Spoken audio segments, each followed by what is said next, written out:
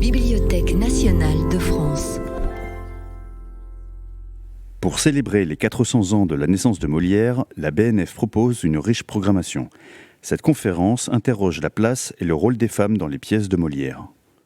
Donc bonsoir à toutes et à tous, je suis vraiment très heureux de vous accueillir ici pour le 3e rendez-vous de ce cycle Molière, en parallèle de l'exposition Molière, le jeu du vrai et du faux, que vous avez peut-être déjà vu et qui en tout cas se poursuit à la BNF jusqu'au 15 janvier. Je suis très heureux de pouvoir échanger aussi avec mes 3 invités. Alors, une de nos invitées aurait dû être sur place, mais Suzanne Aubert a été, on va dire, coincée par les grèves de transport, et donc elle est dans la région de Bordeaux, je crois, et elle n'a pu nous rejoindre en chair et en os, mais elle sera là, et bien la voilà. Bonsoir Suzanne. Donc Suzanne est comédienne, elle a travaillé notamment avec David Lescaut et avec Stéphane Braunschweig, on se souvient de la mise en scène du Canard sauvage d'Ibsen où elle jouait le rôle d'Edwige. Elle travaille aussi avec Rémi Brachet à plusieurs reprises et elle est actuellement en tournée avec La Cerisay de Thiago Rodriguez, que vous avez peut-être vu à l'Odéon ou à Avignon. Elle est parmi nous ce soir, particulièrement pour son interprétation remarquée d'Agnès dans l'école des femmes de Stéphane Braunschweig il y a maintenant quelques années, mais qui est vraiment une interprétation très forte qui nous intéresse d'interroger ce soir pour ce débat qui a pour thème donc Molière et les femmes, Molière et les rôles de femmes, sujet qui, je l'espère, vous intéressera. À ma gauche, Anne Kessler, sociétaire de la Comédie Française, l'actrice qu'on connaît, qui a joué avec un très grand nombre de metteurs en scène depuis qu'elle est rentrée à la Comédie Française en 1989. Que ce soit Alain Françon, Christophe Roque, Jean-Pierre Vincent, Lucas Emleb, Piotr Fomenko, Arnaud Desplechin, plus près de nous, Christophe Honoré, pour du côté de Guermantes, que tu vas reprendre prochainement. Et tout récemment, avec Laurent Delvert pour Gabriel de Georges Sand, qui était une redécouverte de cette pièce au Théâtre du Vieux-Colombier.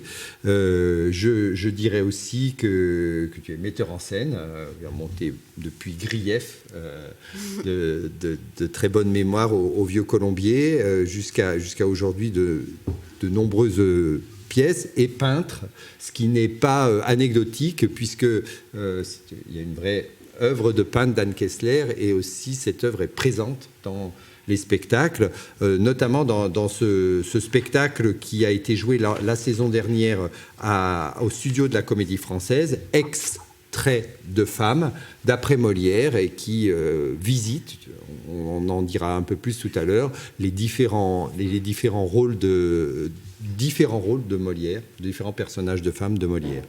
Et à ta gauche, Agathe Sanjuan, qui est donc conservatrice de la bibliothèque-musée de la Comédie Française, qui a été conservatrice à la BNF et aux Arts du Spectacle avant, qui a été commissaire de plusieurs expositions importantes, l'exposition de la Comédie Française au Petit Palais, les costumes de la Comédie Française au Centre national du costume de Moulins, qui a aussi publié avec Martial Poisson un ouvrage qui a vraiment fait date, Comédie Française, une histoire du théâtre, aux éditions du Seuil, l'ouvrage le plus récent et à jour sur l'histoire de cette maison, qui a animé de nombreux débats, dont les journées particulières au Théâtre du Vieux-Colombier, historienne du théâtre, et par ailleurs écrivain, puisqu'elle a sorti récemment un roman qui s'appelle La Maison Enchantée, qui nous éloigne un petit peu du monde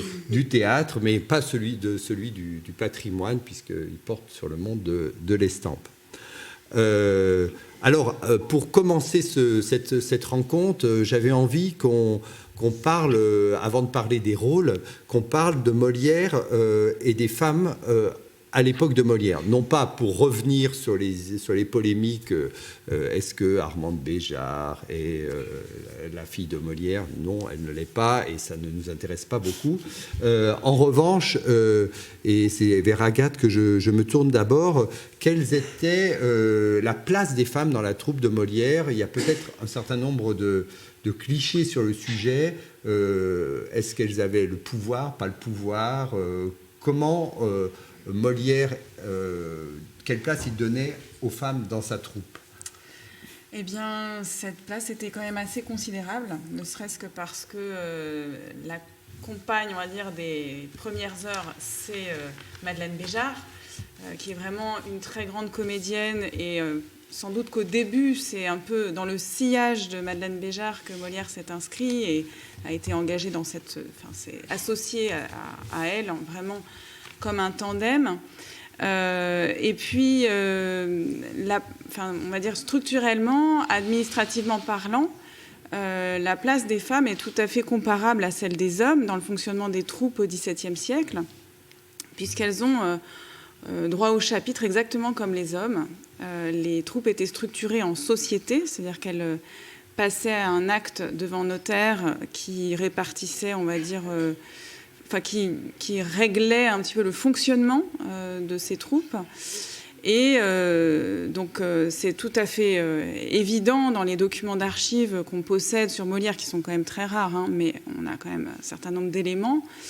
Elles étaient donc à part égale avec les comédiens, donc sur le plan de la prise de décision, de certaines décisions qui étaient prises au sein des troupes, mais aussi sur le plan de la rémunération, ce qu'on sait sans doute moins aujourd'hui. Et même parfois, parce que les comédiens étaient un petit peu à part dans la société française à cette époque-là, donc souvent on était comédiens de père en fils, de mère en fille, donc c'était des familles de comédiens. Et on constate que certaines comédiennes étaient vraiment de véritables stars par rapport à leurs conjoints, qui étaient là un petit peu... parce qu'on était en famille, mais qui n'étaient pas du tout sur le même plan d'un point de vue artistique. Par exemple, on a le cas de Mademoiselle Beauval, qui est payée à part entière dans la troupe de Molière. Donc, dans le système de rémunération qui fait qu'à la fin de chaque... D'accord, vous ne m'entendez pas bien. Merci, monsieur. Pardon. Voilà, c'est vrai que là, je conçois que ce soit mieux.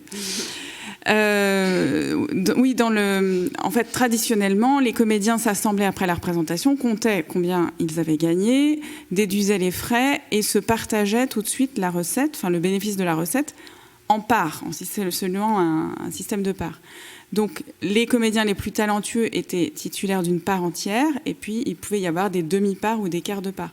Et donc, Mademoiselle Beauval avait une part entière, tandis que son mari avait une demi-part. Donc, ça devait induire quand même un rapport un peu particulier au sein du couple aussi, et c'est effectivement atypique, même encore aujourd'hui, c'est pas tout à fait entré dans les mœurs, je pense. Voilà, donc oui, l'importance des femmes était très grande, et puis on y reviendra peut-être aussi plus tard, aussi dans l'écriture des pièces. Elles ont eu un rôle, ces femmes. Et juste, sans sortir du sujet, à partir de quand ça s'est dégradé? Oui, parce que ça s'est dégradé, c'est vrai.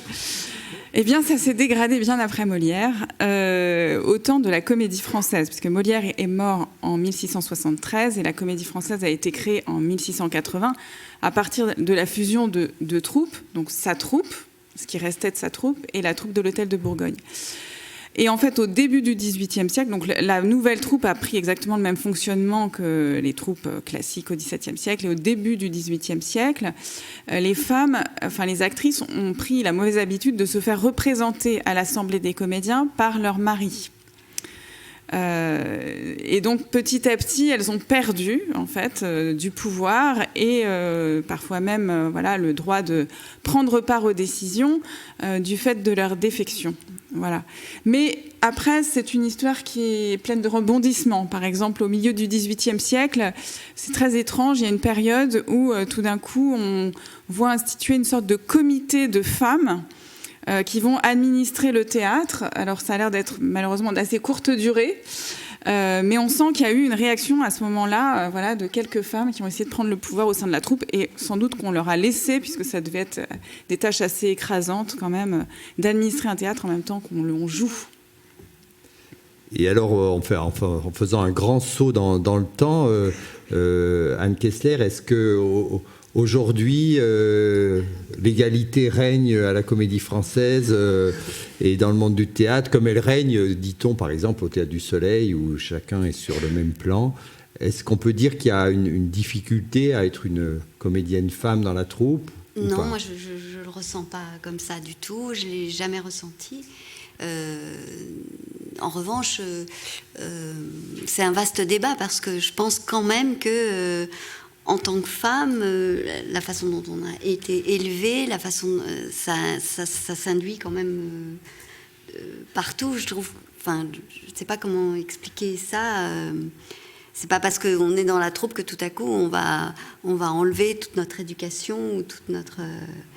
Et il y a beaucoup de réflexions à avoir encore et de travail et de progrès à faire, bien sûr. Mm-hmm. Parce qu'il y a une discrétion, il y a un retrait, comme ça, je trouve, plus fréquent chez les femmes que chez les hommes.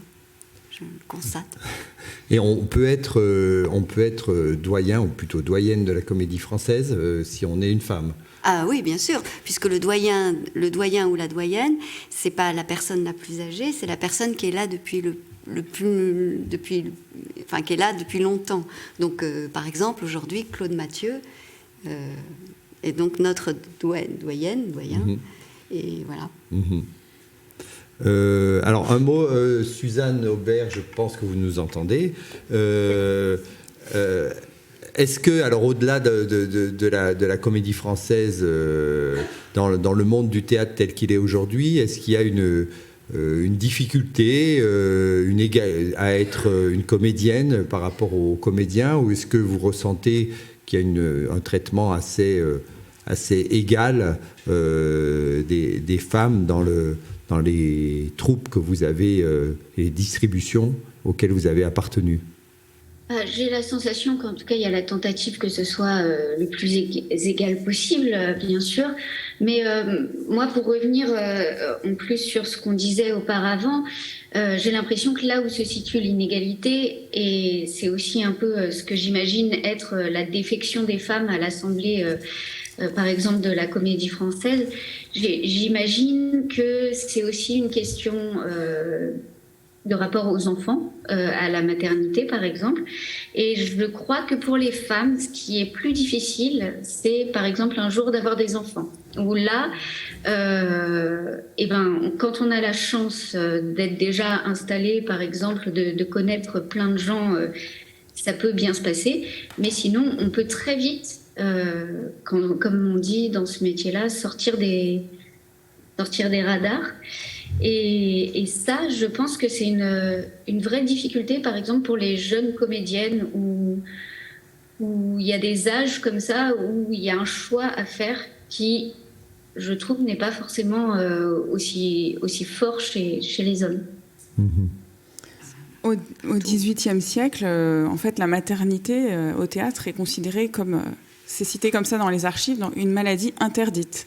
C'est-à-dire qu'en fait, elles payent une amende quand elles tombent enceintes et qu'elles sont obligées de s'absenter sur une période la plus courte possible, puisque c'est vraiment de l'ordre de quelques semaines. Mais donc c'est tout à fait... ce que vous dites, Suzanne, se vérifie malheureusement dès le XVIIIe siècle.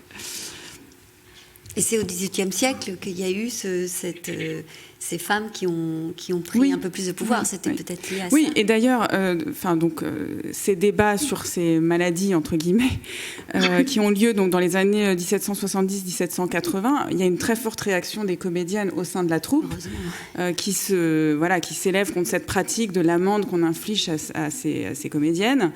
Donc il y a des débats au sein de la troupe à cette époque-là. Mais cette loi, elle ne peut avoir été prise que par des hommes. C'est probablement, et même, je dirais même par les supérieurs hiérarchiques, on va dire, des comédiens, qui étaient l'administration royale, très probablement. Ça peut encore arriver aujourd'hui. Moi, j'ai un physique assez jeune, donc j'ai beaucoup joué de personnages assez jeunes. Donc être enceinte, par exemple, c'était très compliqué pour jouer Héros dans La Nuit des Rois, qui dit à la fin « Je suis une vierge » et c'est sa dernière réplique. Et enceinte, ça passait moyen. Et par exemple, un metteur en scène m'a déjà dit ah, j'avais pensé à toi pour tel rôle, mais ensuite j'ai oublié parce que je croyais que tu étais enceinte. Et ça faisait 2 ans que j'avais accouché. Et c'est des choses comme ça où, voilà, je pense que l'inégalité, alors on peut continuer à débattre sur ce sujet qui n'est pas forcément le bon, mais en tout cas, je pense que les hommes et les femmes, là-dessus, ont quand même un décalage. Oui, et en même temps, moi je pense qu'il faut continuer à se battre, mais j'ai entendu souvent, enfin on m'a dit par exemple que la femme de Pitoef jouait Hedwig, que tu as joué, et que j'ai joué, et elle était enceinte de 5 ou 6 mois pendant qu'elle jouait cette adolescente. Je pense qu'il y a des choses aussi qui... Ça veut dire que c'était il y a un peu plus longtemps, et peut-être qu'aujourd'hui ça ne serait pas possible. C'est bien qu'il faut continuer d'être très vigilante et très combative, parce que on croit toujours qu'on progresse, et quand on regarde dans l'histoire... on se rend compte qu'aujourd'hui, sur certaines choses, c'est beaucoup moins bien que ça ne l'était même il y a 50 ans. Oui, c'est ce qu'on se disait un peu en introduction entre nous, c'est qu'il y a un autre rapport aujourd'hui à la convention théâtrale. C'est-à-dire qu'en fait, il y a certaines périodes où on pouvait accepter que, justement... des personnages comme Agnès, par exemple, soient joués par une comédienne enceinte. Donc ça, c'est un peu à contrario par rapport à ce que je vous disais précédemment. Mais en fait, on voyait une comédienne exceptionnelle en train de jouer un rôle qu'elle maîtrisait parfaitement. Et on oubliait finalement qu'elle avait des caractéristiques physiques qui ne correspondaient pas au rôle. Donc il y a certaines périodes où ça fonctionne comme ça, le théâtre, où on est vraiment sur une convention. On écoute un texte, on écoute des personnages qui sont incarnés par de grands comédiens, mais finalement, voilà, le corps a finalement moins d'importance que le pouvoir d'incarnation de la voix, quelque part. Voilà. Et à d'autres périodes, c'est plus difficile à accepter, c'est sûr.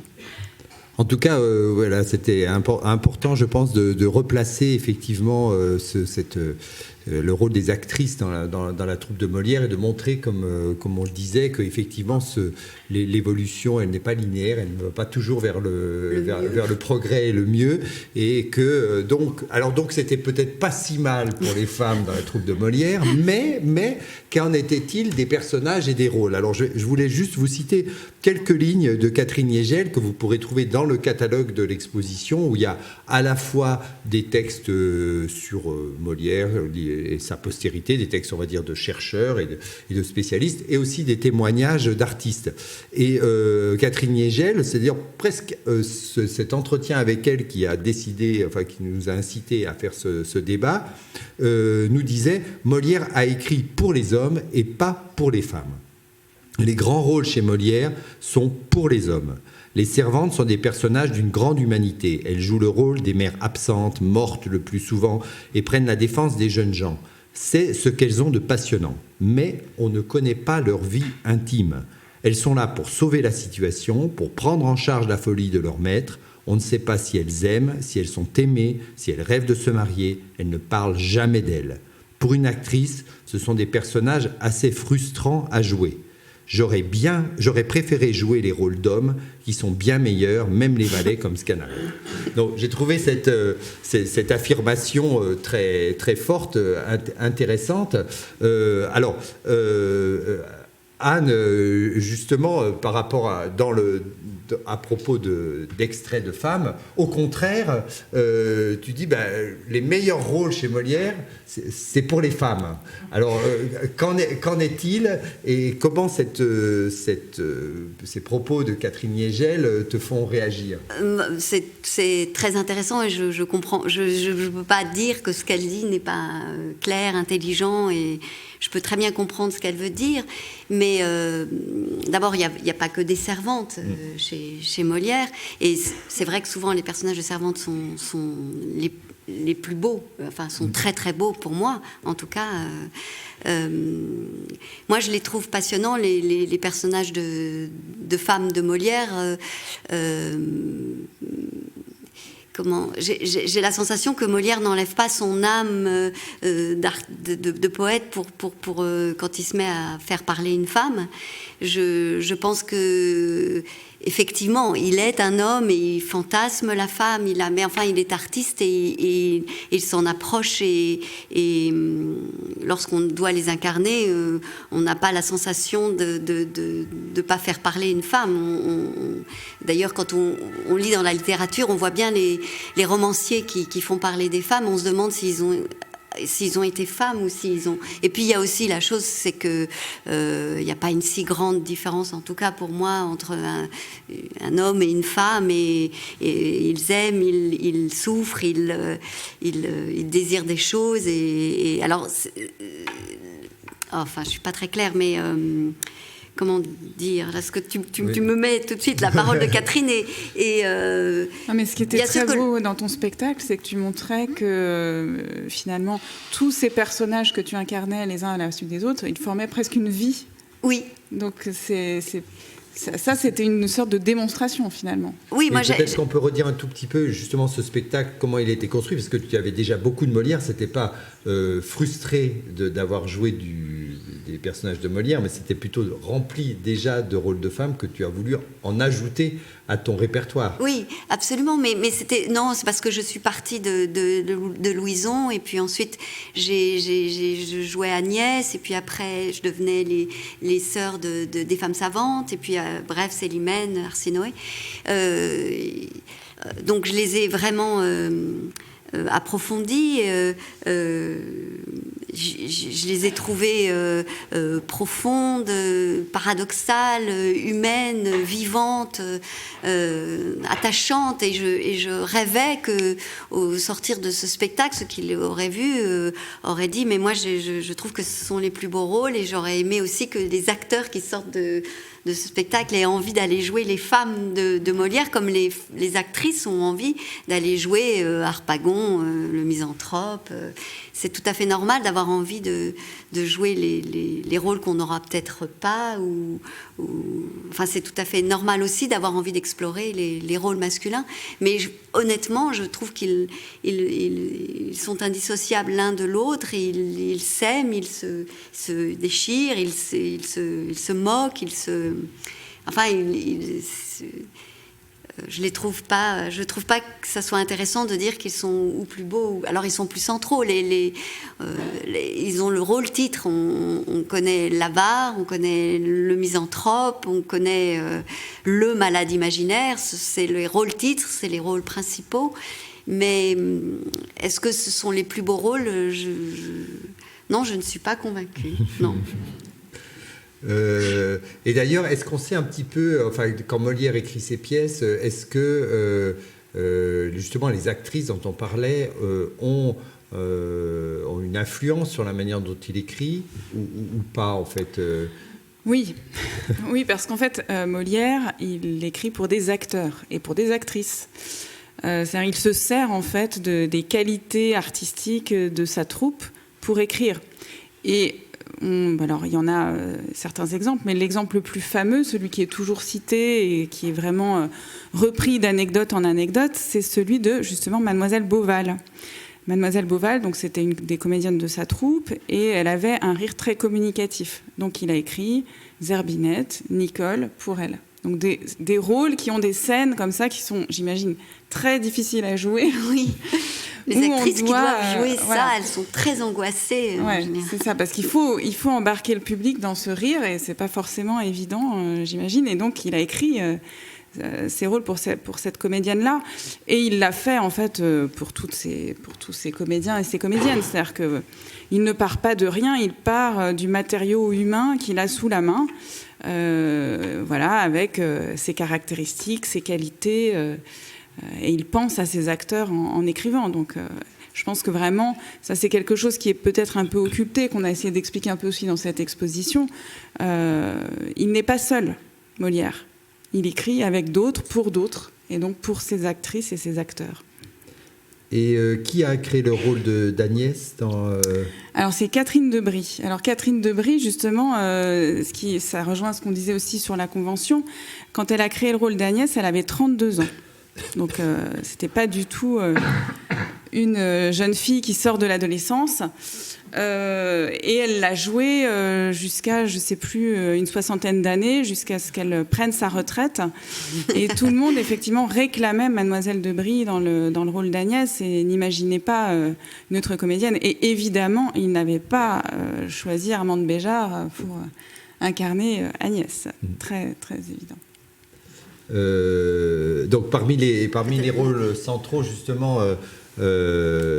Suzanne, il y a le rôle d'Agnès qui est vraiment un rôle d'une très grande difficulté, je pense, parce que en fait c'est un rôle, j'ai le sentiment, qui est toujours sur le fil, c'est-à-dire que on se questionne toujours pour savoir si Agnès est particulièrement naïve d'un bout à l'autre de la pièce, ou si au contraire c'est une fine intuitive qui a tout compris dès le départ et ce qui est merveilleux, c'est que souvent, et dans votre interprétation en particulier, on sent qu'elle est extrêmement intelligente, mais que malgré tout on va de l'un à l'autre. Alors comment avez-vous rencontré le personnage d'Agnès? Comment Stéphane Braunschweig vous l'a présenté? Est-ce que c'est un personnage qui vous faisait rêver, vous rêviez de jouer, ou est-ce qu'il vous est arrivé comme ça?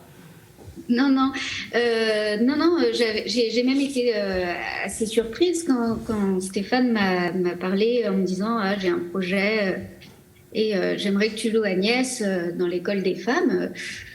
Sur le coup, je me suis dit, ouais, super, à l'Odéon, il venait un peu d'être nommé. Enfin, c'était voilà, très bien.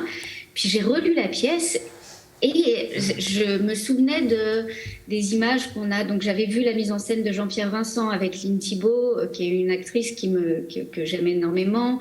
J'avais regardé la captation de Adjani, bien sûr, qui était magnifique. J'avais plusieurs choses en tête d'Agnès, mais en effet, à chaque fois, comme une Agnès très naïve. Et en le lisant et en discutant avec Stéphane, parce que à la base, il voulait faire un décor, donc finalement, ça n'a pas été ça. Donc, il parlait d'une salle de sport où il voulait que Arnolphe soit un peu, je sais pas, macho culturiste.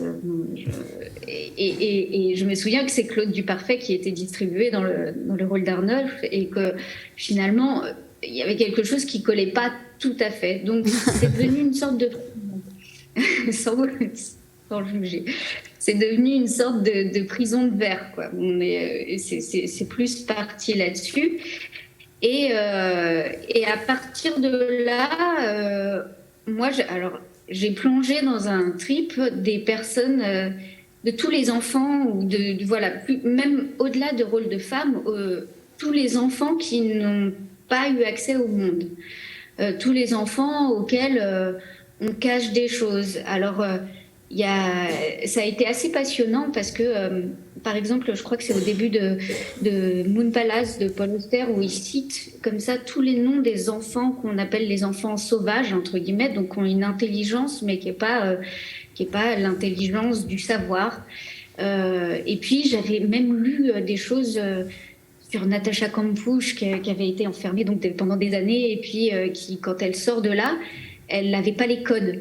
Et c'est vrai que je me suis dit, ce qui est intéressant, c'est qu'elle n'a pas les codes, mais que du coup, dans tout ça, elle a une franchise et une intelligence. Et pour moi, elle est très franche. Elle sait ce qu'elle a à dire ou à ne pas dire, enfin, ce qui est dangereux pour elle dans sa rencontre avec Arnolphe. Mais j'ai l'impression qu'en fait,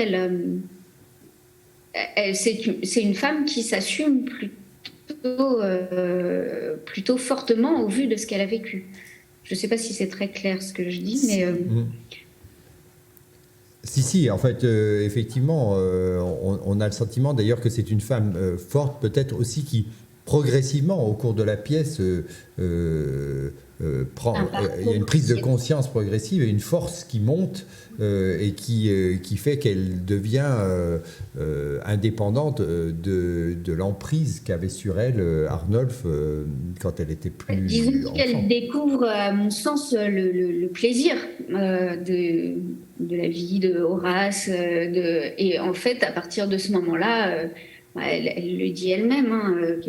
Alors, je me souviens plus de la réplique, mais qu'il peut y avoir de mal dans ce qui nous fait plaisir. Et comment, comment le public a réagi à cette enfin, c'est un spectacle qui a eu beaucoup de succès, mais est-ce que il y a eu des retours du public sur cette interprétation qui était, en un sens, assez décapante, enfin qui était assez loin, par exemple, de celle d'Adjani, qui était plus traditionnelle, on va dire. Oui, il y a eu des réactions. Il y a eu, par exemple, je me souviens que on était en pleine période MeToo et qu'il y a eu une communication autour enfin, on y est toujours d'ailleurs dans cette période, mais la communication c'est d'un coup cristallisé vraiment autour de ça. Et c'était assez étonnant parce que j'avais l'impression d'un coup que ça devenait un spectacle donc d'une écriture quand même en alexandrin de Molière qui pouvait parler vraiment d'une actualité sans avoir forcément cherché ça. Moi, j'avais vraiment cherché, au-delà de la modernité, chercher le rôle, qu'est-ce qui me travaillait. Et je me suis rendu compte que dans les retours qu'on pouvait avoir, il y avait énormément de surprises à quel point ça pouvait justement être actuel. Mais ça, je crois que c'est vraiment le propre des grandes œuvres, et c'est pour ça qu'on les joue sans cesse. C'est qu'à chaque époque, elles révèlent, elles sont tellement riches, elles sont tellement amples, que suivant une époque, elle parle aux gens de ça, et puis une autre, c'est le côté un peu diamant, et c'est la facette qui intéresse l'époque, et puis à une autre époque, ce sera un autre angle. Et donc, je trouve que c'est vraiment le propre des grandes œuvres, quand même. Et dans Extrait de femme, il y a Agnès. Oui. Alors pourquoi ce choix d'Agnès? Agnès, moi je ne l'ai jamais joué, et je trouve que c'est un rôle absolument extraordinaire, et moi j'ai bien aimé ce que vient de dire Suzanne sur la franchise. C'est ce qui me frappait le plus quand tout à coup j'arrivais à avoir la sensation d'être juste. C'est cette chose si franche, si spontanée, alors qu'on sait ce qu'elle a vécu. Oui, c'est juste d'aller voir du côté des enfants sauvages ou des enfants qui ont été cloîtrés, qui n'ont pas rencontré le monde, et cette force, on se demande d'où lui vient cette force. Oui, elle parle avec son cœur, elle découvre le plaisir, donc là elle devient comment dire, invincible, parce qu'elle est sûre de sa sensation, de son fait, donc sa franchise est porteuse et est extraordinaire. Et dans la pièce, il y a aussi Arnolphe. Oui. Pour le coup, l'incursion vers les rôles d'hommes. Oui, puisque c'est pour ça, moi, je me permettrai pas de parler d'Agnès, puisque je l'ai pas. Mais ce qui était intéressant, oui, c'est ça. Et puis, ce qui était intéressant, c'était de voir comment une phrase influe sur une autre phrase. Mais moi, je me souviens d'avoir, avec Antoine Vitesse, fait un exercice. Il nous avait fait lire Les Trois Sœurs, et il nous disait, tu vas lire 2 pages, et indépendamment, tu vas le lire comme un morceau de littérature sans tenir compte du personnage. Et donc, on entendait tout ça, et on traversait tous ces petits dialogues comme ça, d'une seule voix, pendant 10 minutes.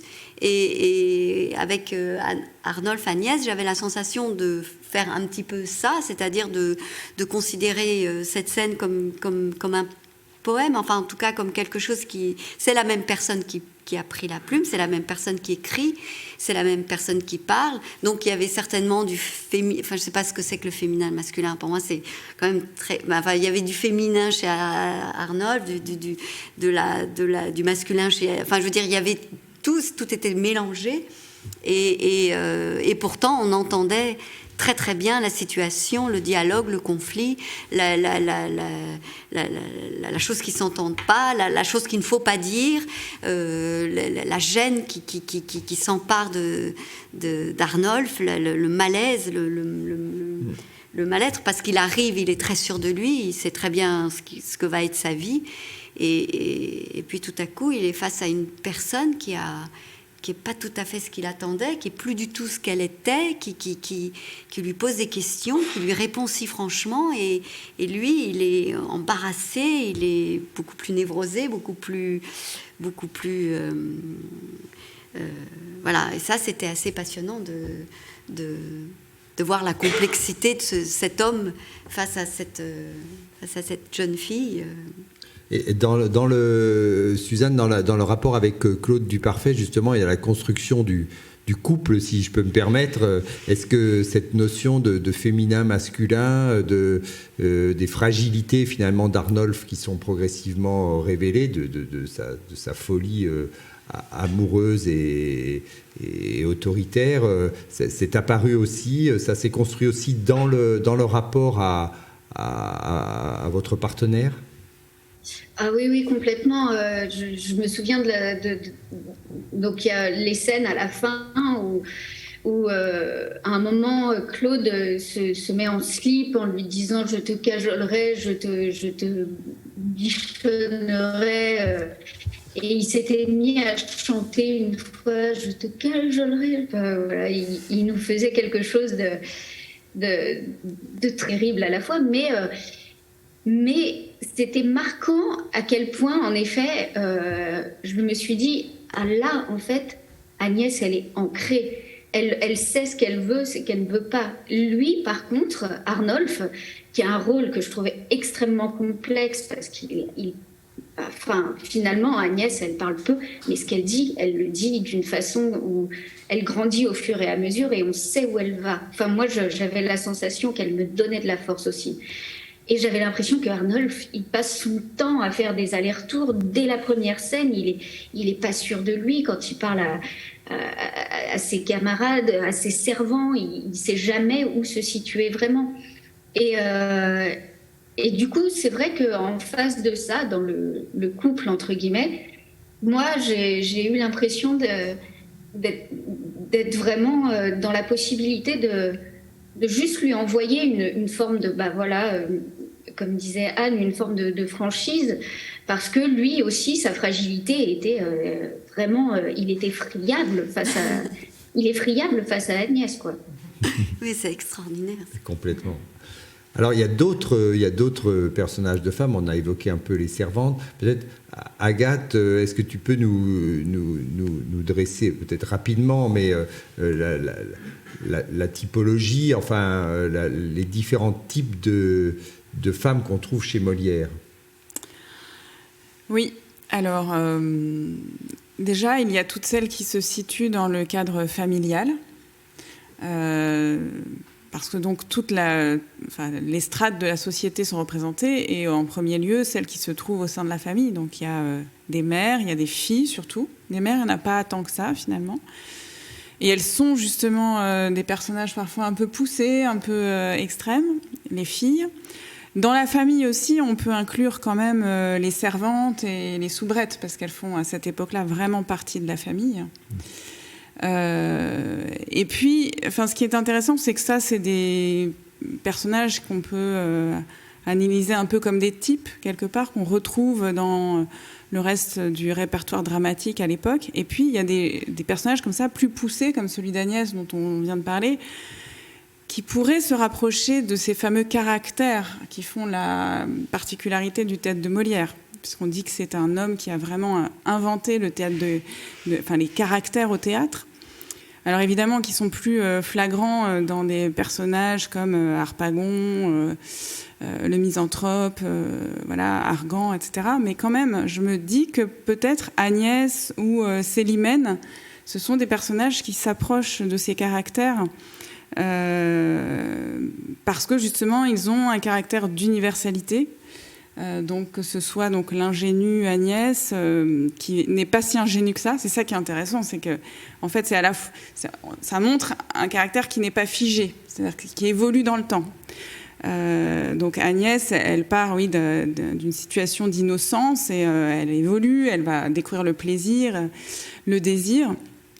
Et puis alors Célimène, a priori, c'est la coquette, donc qui existe aussi dans le répertoire de cette époque-là. Donc la coquette, c'est celle qui va entretenir plusieurs relations amoureuses, qu'elle ne conclut pas forcément d'ailleurs, mais elle aime avoir des amants, comme on dit à l'époque.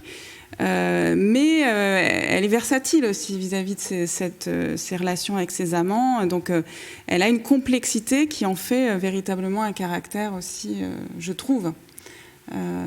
Ce personnage de Célimène. Et puis je dirais qu'il y a peut-être encore un autre caractère qu'on pourrait un peu caractériser aujourd'hui des fashion victimes.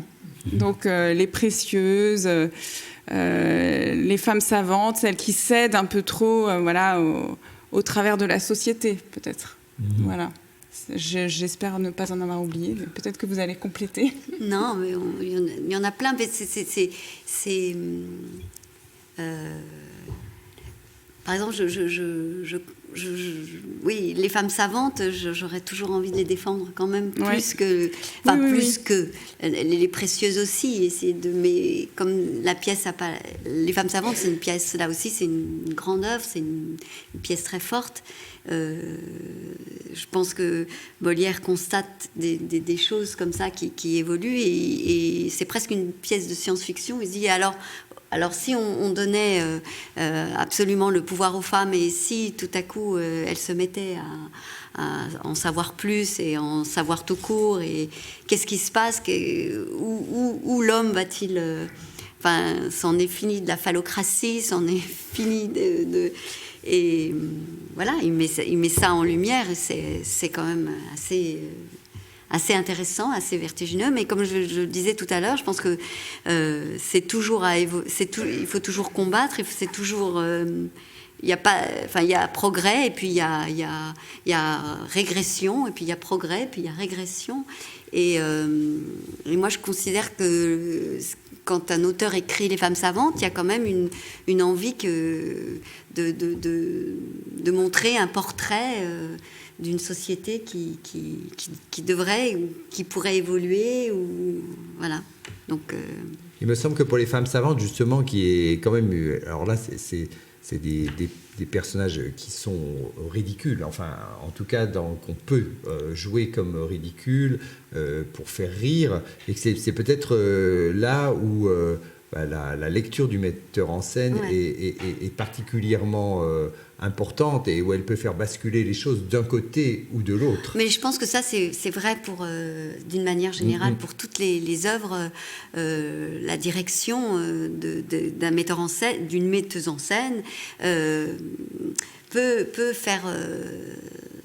D'ailleurs, oui, on peut sortir après avoir vu Tartuffe et dire c'est pas une bonne pièce parce que la pièce a été mal mise en scène et que soit on s'y est ennuyé, soit on trouve que c'est plus du tout d'actualité, soit je ne sais pas. Mais enfin, ce que je veux dire, c'est que la mise en scène, elle est très très importante. Et pour des pièces comme Les femmes savantes ou même Les précieuses, c'est d'autant plus important que ce sont des pièces où vraiment c'est pas difficile de faire que la femme est ridicule Oui. De la même manière qu'il y a des personnages ridicules masculins. En fait, c'est-à-dire que moi, ce que je trouve par rapport à ces pièces-là, c'est que c'est notre regard aujourd'hui. Je vais essayer de pas m'embrouiller, mais c'est-à-dire aujourd'hui, ça nous choque particulièrement de voir sur scène des femmes ridicules parce qu'on a une attention par rapport à ces problématiques. Mais finalement, Molière, il traite les hommes exactement de la même manière. Enfin, il y a autant d'hommes ridicules chez Molière que de femmes ridicules. Donc c'est vrai que c'est plus... Enfin évidemment, dans les femmes savantes, elles sont un peu regroupées, je dirais. Mais en fait, moi, ce que je me disais par rapport aux femmes savantes, c'est qu'on pourrait, je pense, très bien complètement inverser l'interprétation, c'est-à-dire les faire interpréter par des hommes. Et d'ailleurs, ce que je lisais, c'est que le personnage de Philaminte, donc... on va dire la maîtresse femme dans cette pièce-là, elle était interprétée par Louis Béjart. Donc, ah oui, en fait, qui interprétait aussi par ailleurs Madame Jourdain, Madame Jourdain ou Madame Pernelle. Madame Pernelle, ouais. Oui. Donc en fait, les caractères les plus poussés de ces femmes ridicules, c'était interprété par des hommes. Alors est-ce que c'était pour ridiculiser les femmes ou est-ce que c'était parce que c'était pour amplifier le ridicule? Je pense que c'était davantage ça que de réellement ridiculiser les femmes, quoi. Suzanne, est-ce que ça vous fait réagir cette question de mettre sur scène des femmes ridicules et notamment ridicules, soit parce que j'aime bien le terme d'Agathe parce qu'elles sont fashion victimes elles veulent être des Parisiennes à la mode dans les précieuses ridicules, ou elles veulent être des femmes pleines de savoir dans les femmes savantes, ce qu'elles font de manière extrêmement maladroite. Est-ce que c'est encore possible de jouer ces pièces à charge, comme sans doute on le jouait à l'époque de Molière? Est-ce qu'elles sont vraiment à charge? En fait, j'ai l'impression que dans la caricature, de manière générale, il y a toujours des dessins qui sont un peu grossiers. Sinon, on ne joue plus, on s'amuse moins. Après, en effet, il n'y a pas grand-chose à sauver dans leur intellect sur certains moments, mais comme... C'est très juste de dire qu'il y a certains hommes qui sont aussi comme ça. Alors souvent, ils ont quand même un peu plus de quoi se défendre, ou des moments dans les pièces de Molière, ou dans mon souvenir, hein, j'ai l'impression qu'on leur trouve des failles un peu plus facilement que être juste fashion victime. Mais même une fashion victime, elle a des choses à sauver. C'est aussi le propre d'être, j'ai l'impression... comédienne, c'est que chaque rôle qu'on interprète, je pense que si on se dit juste on va jouer une ridicule, en effet, on le sera sûrement, et puis ça se trouve, ça sera très bien, mais voilà, ça dépend ce qu'on a envie d'en faire, en accord avec un metteur en scène qui, s'il nous a choisi, c'est que potentiellement il sait qu'on va essayer d'amener la chose quelque part, mais j'ai la sensation qu'il y a toujours quelque chose à trouver qui fait que les rôles ne sont pas que ce qu'ils sont écrits. Oui, et alors finalement, je me disais aussi en vous écoutant que ce qui relie tous ces rôles, c'est quand même aussi la question de l'éducation des femmes. Et c'est là où il est quand même très novateur, Molière. C'est que quelque part, c'est une manière de dénoncer l'ignorance dans laquelle on maintient les femmes dans son siècle. Mais oui, c'est aussi le rôle des grands artistes, c'est d'alerter, c'est de donner pas un portrait de demain, mais un portrait de maintenant, de ce qui se passe là maintenant, et de faire réagir avec ce qu'ils ressentent. Et comme ils ont une forte sensibilité, ils nous la montrent avec beaucoup d'intelligence et d'intelligence, et ça nous... Il répond à des questions qu'on se pose sur le moment, donc c'est toujours intéressant. Et puis je pense que là, par exemple, vous parliez des fashion victimes, mais moi je pense que ça peut aussi être une souffrance extraordinaire de pas avoir le truc qu'il faut absolument avoir. Et c'est aussi dans cette souffrance dans une souffrance peut-être qu'on dirait pathétique, mais c'est une souffrance quand même. Et moi, j'aime penser que le rire... Enfin, moi, j'aime ce rire-là, ce rire qui vient d'une souffrance, qui vient d'une fêlure, qui vient d'une... plutôt que de la caricature qui va tout de suite vers un sentiment de supériorité par rapport à la chose qu'on est en train de dire. Donc c'est beaucoup plus intéressant de voir un interprète voulant absolument être au jour, être la plus belle, et là tout à coup on va avoir quelqu'un qui va nous faire de la peine, nous faire rire, on va la comprendre, on va reconnaître soit nos tares à nous, soit on va reconnaître notre voisin, enfin on va reconnaître de l'humain. Donc moi, je pense qu'il y a tellement d'humanité à faire parler dans ces pièces, chez les femmes comme chez les hommes, que, enfin voilà, encore une fois, je reviens toujours au fait que ce sont de grandes œuvres, de très belles pièces, parce que justement, elles sont tellement vivantes. C'est comme quand on regarde un tableau de tous ces grands maîtres, on peut passer des heures à sentir la chair, à voir les yeux, la lumière des yeux, le sourire qui pointe.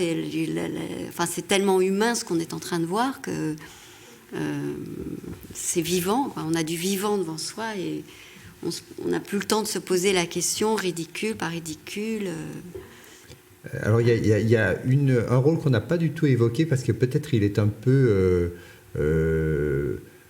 à part des autres, je trouve, c'est celui d'Elvire dans Don Juan. Parce que, alors, c'est un personnage, d'abord, elle a que 2 scènes, donc on la voit, il y a comme 2 apparitions d'Elvire, de 2 Elvire extrêmement différentes. Elvire, c'est souvent les actrices qui trouvent ce rôle très difficile. Donc, j'ai souvent entendu mes amies actrices qui ont joué ce rôle le trouver difficile à jouer parce que ce sont 2 scènes, effectivement, comme tu le dis, qui sont qui sont séparées, mais où il faut une puissance émotionnelle immédiate. Mais je pense que cette puissance émotionnelle est d'emblée donnée par la beauté du texte. Là, pour le coup, c'est un poème. Les 2 fois, c'est phénoménal. Il faut faire confiance. Moi, je pense que souvent, on dit tellement que c'est difficile qu'on enlève... On lit déjà l'interprète qui se dit « Oh là là, j'ai quelque chose de difficile à faire » et de le vivre comme un chemin de croix. Moi je trouve ça absolument magnifique. Et c'est la femme blessée. Je me disais même que... Je sais pas, j'avais la sensation qu'il était devenu tellement une femme, Molière, quand il a écrit cette Elvire. Je me l'imaginais en train de pleurer à la fin de son écriture. Enfin, je le sens tellement dedans, tellement... je pense qu'il l'aime, Elvire. Enfin, je ne me pose pas du tout... je pense que c'est un personnage extraordinaire. Ah oui, c'est un personnage magnifique. Suzanne, vous avez eu l'occasion de travailler Elvire, ou vous avez envie de travailler Elvire? Ah, c'est un rôle que je trouve très très beau. Moi, pendant ma formation au TNS, j'ai fait travailler, j'avais une carte blanche que j'ai mis en scène et on a travaillé sur Elvire Jouvet 40. Et c'était pour moi une vraie bonne excuse pour travailler Elvire, puisque toutes les filles de ma promotion jouaient Elvire. Et je leur avais demandé un travail, donc c'est aussi la chance qu'on a dans ce genre d'école de pouvoir expérimenter des choses comme ça. J'avais demandé à toutes les filles pendant les vacances de m'envoyer des vidéos d'elles dans des situations à la plage, sur un terrain de foot, dans un café en train de travailler, où d'un coup elles arrivaient et elles disaient à quelqu'un ne soyez point surpris Don Juan de me voir à cette heure et dans cet équipage, ce qui n'est pas forcément là adapté tout de suite à la situation, mais il faut que je vous dise quelque chose. Et l'urgence de dire d'Elvire, pour moi, c'est d'une beauté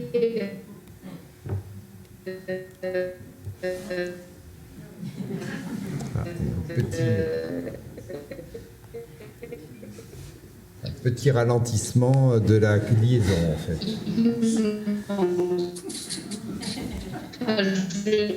Je trouve que justement, ce rôle qui est si difficile,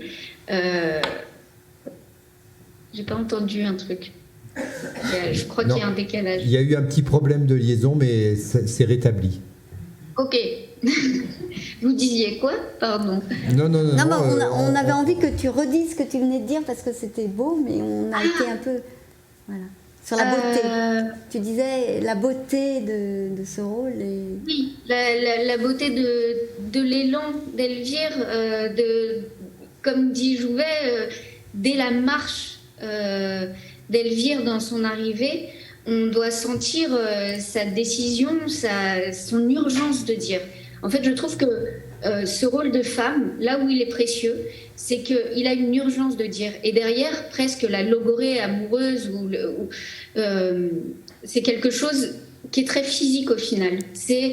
Il faut déballer tout ce qu'on a à dire, et je trouve très beau de lui donner comme ça que 2 fois la parole, et d'avoir autant d'urgence dans la parole. D'ailleurs, après, elle meurt. Hein, et puis, j'ai du mal à accepter. Non, moi, j'ai eu en plus la sensation, alors que c'était toutes les femmes. C'est-à-dire que peut-être que je ne connais pas dans mon entourage de femmes qui ne puissent pas se reconnaître à un moment donné dans Elvire, dans une femme blessée, une femme. J'ai été très étonnée par ça, et c'est vraiment c'est une cathédrale. Non, pas une cathédrale, mais c'est extraordinaire, ce rôle, vraiment. Et j'adore ce que tu dis sur l'urgence. C'est génial. Un vrai courage de dire aussi, je trouve. Parce que justement, se reconnaître dans une blessure amoureuse, par exemple, je pense qu'on est nombreuses comme femmes dans notre vie ne jamais oser dire. Exactement. Ne soyez point surprise de me voir comme ça, mais en fait, ça fait trop mal. Ouais. Et ça peut même réveiller des blessures qu'on avait gentiment mis de côté en disant moi ça m'a pas fait mal, je me suis bien organisée, tout s'est bien passé, je suis passée à autre chose, voilà. Et puis tout à coup on réentend ce texte, s'il est interprété justement, ça réveille en nous des choses et on fait oh là là, je croyais que c'était passé mais pas du tout. Et voilà, ça nous fait regarder cette réalité en face et aussi, oui, parler de courage. Je trouve ça magnifique, d'urgence et de courage. Magnifique. Donc là, on ne peut pas dire qu'il n'est pas donné une partition. Oui, je crois qu'on a bien montré. Enfin... Oui, vous vouliez ajouter quelque chose ? Non. Ah non, pardon, je suis un peu en décalé, je pense. Ok. Donc, en tout cas, oui, effectivement, la richesse et la profondeur des rôles de femmes chez Molière est incontestable. Indiscutable. Alors, j'aurais peut-être envie, avant peut-être de donner la parole à celles et ceux qui voudraient poser des questions, de poser une dernière question, parce qu'en préparant notre exposition, alors évidemment, on a fait un travail, on va dire, un peu méthodique pour recenser les mises en scène de Molière, et, enfin, tu me corriges si je me trompe, mais il y a très peu de metteuses en scène de Molière. Oui, alors de manière générale, jusqu'à des périodes récentes, il y a quand même très peu de metteuses en scène. Donc je pense que c'est ce qui explique aussi ça. Bon, néanmoins, il y en a quand même à la Comédie Française un certain nombre, notamment Catherine Yegel. Justement, oui. Catherine, elle a beaucoup monté Molière. Ouais. Il y a Macha Makayev qui a monté Les Femmes Savantes. Il y a quelques femmes, mais quand même, on était très frappés sur le fait que Anne-Laure Liégeois a monté un Don Juan. Enfin, bien sûr, on en trouve quelques-unes, mais quand même. Peut-être que les metteuses en scène ont plus envie de faire parler les autrices. D'ailleurs, c'est intéressant aussi que j'ai l'impression qu'il y a plus de les metteuses en scène mettent en scène Don Juan. Ouais. Julie Brochen, Anne-Laure Liégeois, je sais pas. Là, ça me saute à l'oreille comme ça, mais en effet, j'ai l'impression que peut-être il y a des questions qui, comme ça, d'emblée, sont chopées plus rapidement dans le texte par certains textes. Mais le Don Juan est la plus belle pièce de Molière. Alors, petite parenthèse, petite publicité. Donc vous connaissez, on vous a parlé de l'exposition qui se trouve dans la Galerie Mansart. Et elle se prolonge dans le musée de la BNF, dans un espace qu'on appelle la Rotonde. Et là, vous trouvez une 50aine de pièces autour de Don Juan, justement, qui retracent, on va dire, les origines du texte et puis aussi qui rend hommage aux grandes mises en scène, depuis notamment celle de Jouvet. On faisait allusion à Elvire Jouvet 40 tout à l'heure, et jusqu'à celle de Jean-Pierre Vincent ou celle de Jacques Lassalle, enfin pour parler de mise en scène assez récente. Donc si le sujet Don Juan, qui est d'ailleurs toujours un sujet un peu polémique malgré tout aujourd'hui, et justement dans le contexte de MeToo, vraiment on revient, cette question revient régulièrement dans les conversations qu'on peut avoir avec les uns et les autres. Moi je me demandais en fait finalement, malgré tout, il n'y avait pas une statue du commandeur Molière qu'on n'osait pas toucher, qu'on ne se permettait pas. Moi, je trouve dommage qu'il n'y ait pas plus de femmes qui se saisissent de l'avare, du bourgeois gentilhomme. J'aimerais beaucoup monter l'avare. Mais c'est aussi les directeurs de théâtre qui demandent aux gens de monter ci, de monter ça, et qui ne font pas forcément appel à... Voilà. Oui. Avis aux amateurs. Alors, est-ce que vous avez d'ores et déjà des questions ? Ah, mais l'avare a été monté par l'île au bord français. C'est vrai, c'est vrai. Attention. Oui. Non, mais j'ai pas dit qu'il n'y en avait pas. Mais j'ai le sentiment qu'il y a un frein qui est peut-être plus fort que pour d'autres auteurs. Ouais, c'est possible, oui. Mais moi, j'ai longtemps commencé des spectacles où les metteurs en scène disaient « Ah, nous allons travailler cet auteur, c'est vraiment un misogyne. » Ah ça, ils ont adoré ça pendant... Et je me disais, bon, alors tous. Et quand on les regarde, je pense que si on est vraiment un grand artiste et qu'on est misogyne, alors on n'est pas vraiment un grand artiste. Ça, je suis désolée, je suis catégorique. Et je pense parce que, d'abord, c'est se couper de la moitié du monde. Je vois pas pourquoi ils ne raconteraient des histoires qu'à la moitié du monde et qu'ils disent... j'ai du mal à croire ça.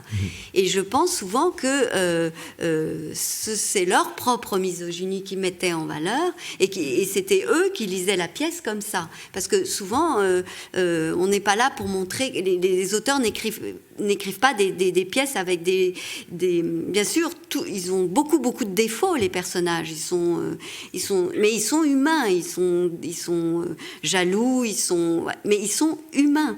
Et je pense qu'ils mettent la même férocité dans les caractères masculins comme dans les caractères féminins. Et voilà, sauf ça, c'est une question assez brûlante. C'est une question assez brûlante aujourd'hui, même dans les écoles de théâtre. Moi, là, je commence un cycle avec les licences 3 de la faculté de théâtre de Bordeaux. Et j'ai décidé de justement les faire travailler sur les rôles qui les font pas rêver, où ils trouvent qu'ils ont des défauts comme ça. Et Molière revient énormément. C'est-à-dire que c'est quelque chose aujourd'hui où, en premier abord, on peut tellement se dire, voilà, ces caractères-là, ils sont trop grossiers, ils sont datés, mais quand on creuse en fait la richesse de Molière, après c'est ce qui fait que nous, en tant qu'artistes, nous on aime ça, creuser aussi. Et ben c'est très très riche justement pour les faire travailler, de chercher là où pourquoi ça les gêne. Qu'est-ce qui fait que ça gratte quelque part et il se passe des choses formidables. Oui, et moi, il y a un auteur que j'aime beaucoup qui est Eugène O'Neill et qui tous ces personnages, quand on il décrit, c'est toujours, mais il y a personne qui est beau, il y a personne qui est gentil, il y a personne c'est toujours la bouche amère, le regard torve, pour décrire. Alors l'acteur se dit bon, alors je dois jouer ce type au regard torve, aigri, et puis petit à petit on travaille l'œuvre et évidemment il y a de l'aigreur, mais il y a bien d'autres choses, il y a de l'humanité surtout, et c'est pas désagréable d'attaquer des personnages, on parle de personnages qui ne nous impressionnent pas, parce que interpréter des mythes, des belles femmes, des beaux hommes parfaits, des héros, des gens lisses, peut-être que ça peut donner envie comme ça pendant 5 minutes, mais ça n'est pas... ce ne sont pas des humains, quoi. Les humains sont faits de défauts, d'aspérité, rancœur, de beauté aussi cachée. Enfin voilà, c'est compliqué. Et c'est pas mal de commencer par les défauts, oui. Et donc, en fait, ce que tu dis, ça décomplexe en plus. Voilà. On est bon, allez. Mais que c'est aussi des personnages complexes. Et c'est aussi ça qui est assez extraordinaire dans tous les personnages de Molière, mais en particulier les femmes. Et je me rends compte qu'on n'a pas parlé d'Elmire. Oui, non plus. Elle est magnifique. C'est qu'en fait, on peut les interpréter de manière très différente. On peut avoir beaucoup de subtilité en fait dans l'analyse de ces personnages et donc en donner des portraits différents quelque part, selon les époques, selon les mises en scène. Et c'est pas forcément le cas de tous les auteurs de cette époque-là, en tout cas. Donc je pense que c'est ça aussi qui est vraiment extraordinaire, quoi. Oui, il y a des traditions de jeu aussi chez les actrices et des manières d'interpréter les rôles qui sont dans un sens ou voire dans un sens quasiment inverse, quoi. Par exemple, pour Elmire, c'est le cas, quoi. Mm-hmm. Il y a des Elmire très, très honnêtes, absolument fidèles, et puis il y en a d'autres qui sont beaucoup plus séductrices et qui ont un rapport beaucoup plus complexe avec le personnage de Tartuffe. Oui, ambigu avec Tartuffe. Est-ce que vous avez des questions? Oui. Alors, je crois qu'il y a un micro qui va circuler. Merci bien. J'avais simplement une question. Est-ce que, du temps de Molière, dans sa troupe, est-ce qu'il y avait des femmes qui interprétaient des hommes ou des hommes qui interprétaient des femmes ou non? Ou c'était un rôle de femme, c'était une femme qui l'incarnait, c'était un homme qui l'incarnait? Alors, il y avait donc des hommes qui interprétaient certains rôles de femmes, qui étaient donc les rôles un peu forts. Donc, par exemple, Madame de Sautanville, dans Georges Dandin, ou Madame Pernelle, dans Tartuffe, c'était interprété par Louis Béjart. Et ces rôles ont été écrits par lui. Mais, pour lui. Oui, pardon. Mais ce sont les seuls cas, en fait. C'est-à-dire qu'il n'y avait pas de travestissement des acteurs. En dehors de ces cas-là, très précis, non, ça n'était pas le cas. Et on n'est pas dans la situation du théâtre shakespearien, voilà, où du vivant de Shakespeare, il n'y a que des hommes qui ont joué Shakespeare. Et Shakespeare n'a vu ses pièces jouées que par des hommes. Donc on n'est pas du tout dans cette situation. Il y avait une plus grande mixité, on pourrait dire.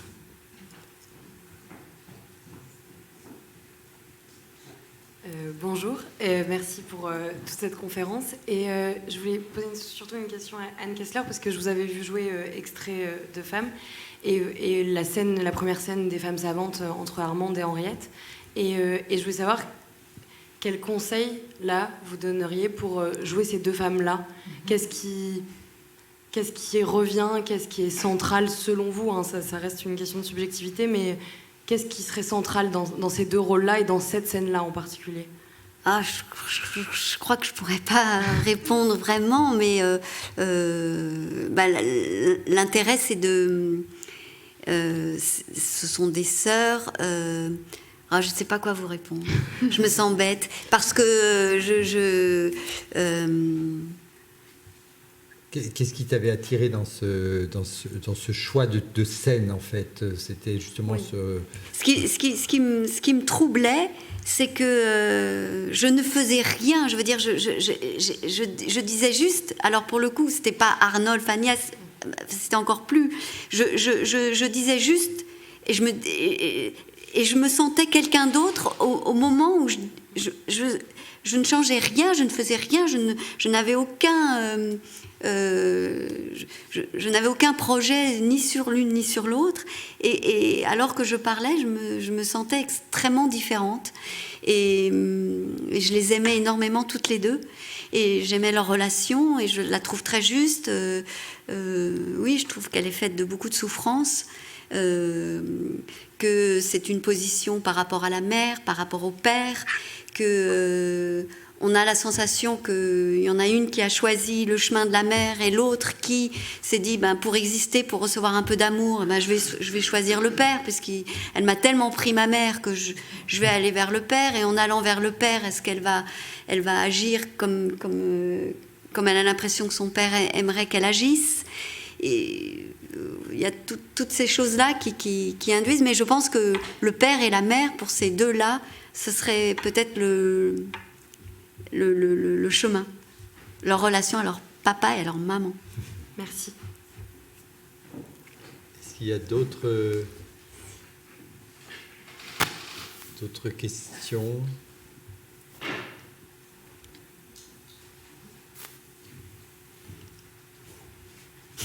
Voilà, on a encore un peu... Oui, monsieur. C'est juste pour la question de l'enregistrement. Oui, je voulais évidemment, comme j'imagine tout le monde ici, remercier pour les choses très importantes qui ont été dites sur les personnages de femmes de Molière, que évidemment seules les femmes peuvent dire. Je voudrais juste sur le personnage d'Elvire ajouter quelque chose. Vous en avez parlé avec admiration, c'est un très beau personnage, la pièce est admirable, mais vous avez parlé des deux scènes, et dans la deuxième, Elvire apporte le pardon. Et elle demande la métamorphose de Don Juan.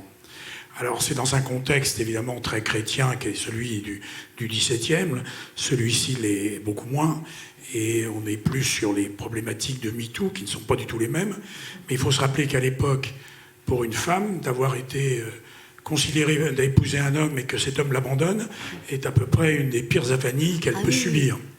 Donc, revenir vers Don Juan et lui dire prenez soin de vous, moi je vais rentrer au couvent parce que je suis condamné socialement, mais vous, au moins, sauvez-vous. Du coup, elle devient, je dirais presque la mère de Don Juan qui corrige un enfant. Tu as fait des erreurs, tu as fait des fautes, tu as péché, c'est un mot, je ne sais plus s'il existe encore. Tu as péché et moi, je viens prier pour toi. Et là, il y a un rôle universel, qui n'est pas un rôle féminin, qui est le rôle du pardon, et il est interprété par une femme au moment où Don Juan se perd, et je trouve ça admirable, et c'est un immense rôle de femme, évidemment. Oui, mais c'est pour ça, je pense que j'imaginais Molière en larmes et enfin, se retrouvant, oui, c'est juste, mais c'est drôle ce que vous dites sur le rôle de mère, parce que dans mon solo, je passais de Elvire à Madame Pernelle. Et les deux premières phrases de Madame Pernelle, je ne savais plus si elles appartenaient à Elvire ou si elles appartenaient à Pernelle, puisque Pernelle fait un peu... alors bien sûr, l'aigreur, Pernelle, c'est pas Elvire, c'est sûr. Mais ce personnage qui devenait mère, après avoir... ça fonctionnait d'une manière très troublante. Donc c'est... Voilà. Merci beaucoup. Alors, est-ce qu'il y a une question? Oui, madame a une question. Merci. Je voyais juste une question, à savoir si vous auriez la possibilité de donner des références de livres permettant d'approfondir la question du rôle des femmes dans les pièces de Molière. Ah, eh bien ça se tourne vers les bibliothécaires que nous sommes, mais... Je pense que c'est une sacrée colle. Ouais. Approfondir les rôles de femmes, de quelle façon? Pour les études, pas du tout dans le sens théâtre, comédie, pas dans le sens acteur, mais vraiment pour étudier sociologiquement, à l'époque de Molière, le rôle des femmes donc dans les rôles de ces pièces. Comment vraiment, est-ce que vous avez des ouvrages qui permettent d'approfondir ce... Alors, moi, je ne pense pas qu'il y ait d'ouvrages spécifiques sur le sujet. Non. Il ne me semble pas, mais bon. Par contre, il y a quand même des ouvrages qui donnent beaucoup de clés d'analyse. On en revient toujours à la biographie de Georges Forestier, quand même, qui est vraiment... comment dire, il est au plus proche de l'époque. Donc, par exemple, justement, les précieuses ou les femmes savantes, il est capable, lui, de resituer les choses dans cette époque-là précisément. Nous, on peut en avoir une interprétation aujourd'hui par rapport à notre époque, mais c'est vrai que c'est assez admirable la manière dont il décrypte l'époque de Molière. Donc moi, j'aurais tendance à donner cette référence-là, parce qu'on peut lire cette biographie sous cet angle-là. Il donne vraiment des informations sur les personnages féminins systématiquement pour chaque pièce, à chaque création. Donc oui, et puis pour approfondir aussi la Pléiade qu'il a publiée avec Claude Bourqui, Oui, parce qu'on peut préciser que dans cette biographie, c'est vrai qu'il fait référence, qui est paru en 2018, c'est ça, ou 2000, oui. Non seulement il y a vraiment sur l'histoire de Molière factuelle, il y a beaucoup d'informations sur le contexte historique, mais aussi des analyses des pièces. Vraiment sur la construction des pièces elles-mêmes. Donc c'est un ouvrage historique, mais aussi littéraire et dramaturgique, si on veut. Voilà, donc après, on va y réfléchir. Ouais. Non, et dans la Pléiade, dans les notices des pièces, c'est encore plus poussé, je dirais, cette analyse-là, analyse des pièces. Donc forcément des personnages, et il donne toutes les indications aussi de distribution, celles qu'on a. Donc c'est vraiment des ouvrages qui rassemblent beaucoup d'informations. Merci beaucoup. Je vous en prie. Il y a une question ici. Merci. C'est pour vous demander une réaction peut-être. Il y a un personnage, il y a plein de personnages dont on n'a pas pu parler, mais moi j'aimerais parler de le personnage d'Armande dans l'Impromptu de Versailles. Oui. Et donc dans cette façon qu'a eu Molière de mettre en scène son rapport à sa femme, bien sûr avec toute une distance, c'est pas autobiographique, mais c'est quand même lui-même qui se met en scène dirigeant sa femme et lui faisant tenir des propos. Il se montre lui en mari bourru et elle lui dit ses 4 vérités.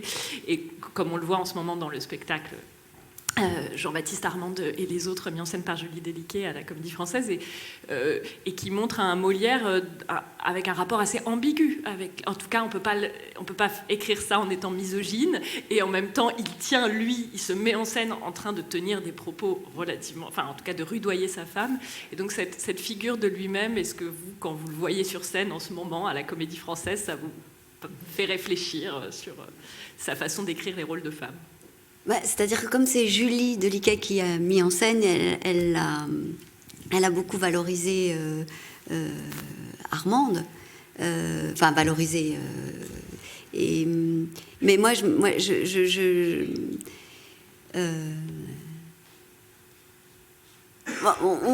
on a la sensation qu'il a épousé une femme plus jeune que lui, qu'il est un peu fatigué, et que elle a envie de vivre, qu'elle a envie voilà, et qu'ils sont pas tout à fait dans la même énergie, et ils ont pas. C'est aussi ça qu'on peut lire. Mais moi, je me souviens d'une phrase qu'elle dit dans l'Impromptu de Versailles. Elle dit à son mari: c'est une chose étrange qu'une petite cérémonie soit capable de nous ôter toutes nos belles qualités, et qu'un mari et un galant regardent la même personne avec des yeux si différents. Et donc, elle lui fait constater qu'il a beaucoup changé depuis qu'il l'a épousée. Merci beaucoup.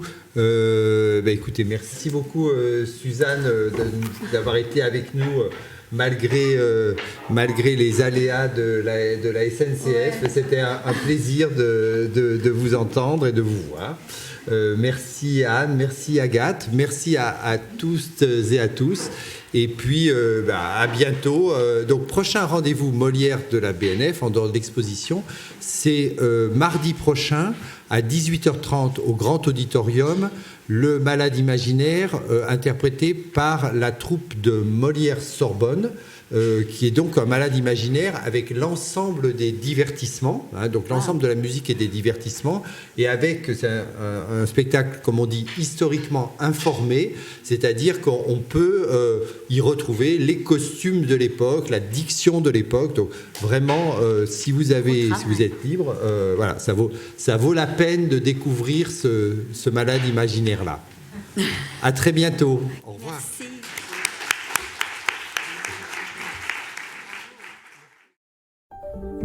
Vous venez d'écouter un podcast de la Bibliothèque nationale de France. Retrouvez les conférences, rencontres et créations de la BNF sur toutes les plateformes de podcast ainsi que sur le site bnf.fr.